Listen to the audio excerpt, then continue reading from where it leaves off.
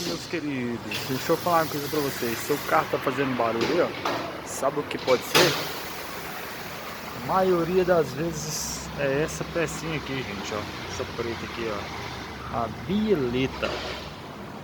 90% dos carros que chegam aqui na oficina aqui pra gente olhar, barulho, tá fazendo barulho, tá batendo.